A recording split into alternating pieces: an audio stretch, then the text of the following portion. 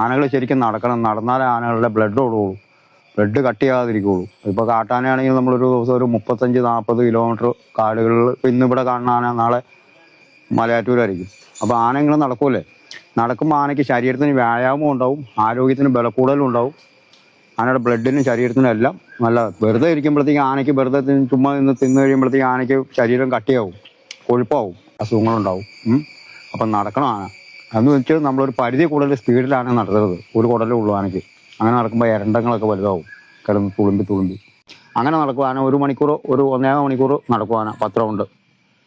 അങ്ങനെ നടന്നു വെച്ച് വന്നിട്ടാണ് ഇവിടെ വന്ന് നിന്നിട്ട് 9:30 9:30 ഒക്കെ ആകുമ്പോഴാണ് ആനകൾക്ക് ചോറ് കൊടുക്കുന്നത്.